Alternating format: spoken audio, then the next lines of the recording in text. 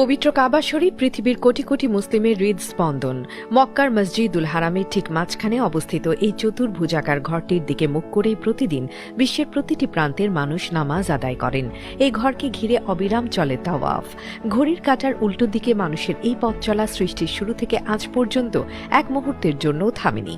বাইরে থেকে কাবা শরীফকে আমরা কালো গিলাফে ঢাকা অবস্থায় দেখি, কিন্তু এই ঘরের ভেতরে কি আছে, কেমন তার দেয়াল আর মেঝে? সাধারণ মানুষের মনে এই কৌতূহলের শেষ নেই। আজকের প্রতিবেদনে আমরা জানব কাবার অভ্যন্তরে সেই দুর্লভ আর বিস্ময়কর সব তথ্য। পবিত্র কাবার গায়ে জড়ানো কালো পর্দার নাম হলো কিসওয়া। এই গিলাফ তৈরি করতে প্রায় 650 কেজি রেশম এবং 15 কেজি স্বর্ণের সুতা ব্যবহার করা হয়। এটি তৈরিতে খরচ হয় প্রায় 50 কোটি টাকারও বেশি। কাবার বর্তমান দরজাটি তৈরি করা হয়েছিল 1977 সালে বাদশাহ খালিদ বিন আব্দুল আজিজের নির্দেশে। প্রায় 280 কেজি খাঁটি সোনা দিয়ে তৈরি এই দরজাটি 10 সেন্টিমিটার পুরু।